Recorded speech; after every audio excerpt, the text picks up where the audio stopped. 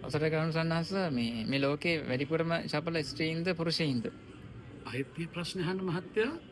මේ ලෝකේ වැඩිපුරම වෙනස් වීම සබඳ නැත්නම් චපල ගතියට පත්වන්නේ ස්ත්‍රීන්ද පුරුෂයින්ද? පුරුෂයින්. එහෙම කියන හේතුව අපේ මහත්තයා ස්ත්‍රිය විවාහ ජීවිතය ගත්තොත් ස්ත්‍රිය විවාහ ජීවිතයේ පදනම ආරක්ෂා කරගෙන ජීවත් වෙන්න බොහෝම කැමතියි. පුරුෂයා අකමැති නෑ. පුරුෂයා මහන්සි වෙනවා, වෙහෙසෙනවා, ධනෙ දීපල රැස් කරනවා. නමුත් පිරිමියා ස්වකීය බිරිඳ අභිබවා තව බොහෝ කාන්තාවන් කරා යන්න ගොඩාක්ම කැමති කාන්තාවට සාපේක්ෂකව. එහෙම. යුගයක් තිබුණා කාලය රන් හා සමානයි කියලා ප්‍රස්තාව පිරුණා. ඒක වැරදි. කාලය මිලදී ගන්න බෑ, රන් මිලදී ගන්න පුළුවන්. කාලය අල්ලන්න බෑ, රන් ස්පර්ශ කළ හැකියි. ඒ වගේම කාලය රන් හා සමානයි කියලා කිව්වාට ඒක වැරදි කතාවක්.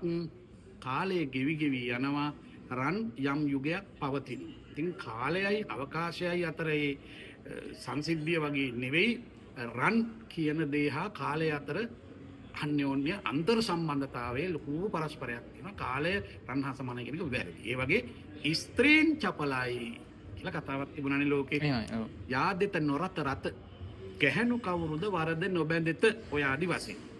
ඒ වගේම දැන් අන්ධභූත ජාතකයේ කියනවා සබ්බේ නදී වංග ගතහ සබ්බේ කට්ඨමයා වනා සබ්බිත්තියෝ කරේ පාපං ලබමානා නිවාතකේ.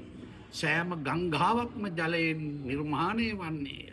එසේම සෑම වනයක්ම සබ්බේ වනා කට්ඨමයා වනා සෑම වනයක්ම දැවයෙන් නිර්මාණය වන්නේය. ගහකොළ වලින් සමන්විත වන්නේ වනයයි. එසේම ලද අවස්ථාවල ගෑනු වරද බැඳෙති. ඔය කතාව වැරදි. ඕවා ඇවිල්ලා බමුණු අදහස්.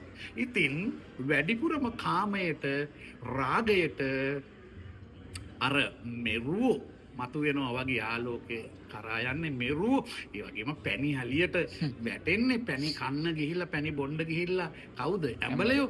ඒ වගේ ස්ත්‍රියට වඩා ස්වාමින් වහන්සේගේ දැක්ම අනුව නම් පිරිමියමයි ස්ත්‍රිය අභිබවා, බිරිඳ අභිබවා නව රස සොයාගෙන යන්නේ. ඒ කියන්නේ කාම ජීවිතයේදී මේ රාගාධික කෙලෙස්බර ජීවිතයේදී ස්ත්‍රිය අභිබවා තව තවත් ස්ත්‍රීන් හෝ වෙනත් ලිංගික චර්යාවන් වලට යොමු වෙමින් බහුරස අත්විඳින්නට යන්නේ කාන්තාවට සාපේක්ෂකව පිරිමියයි.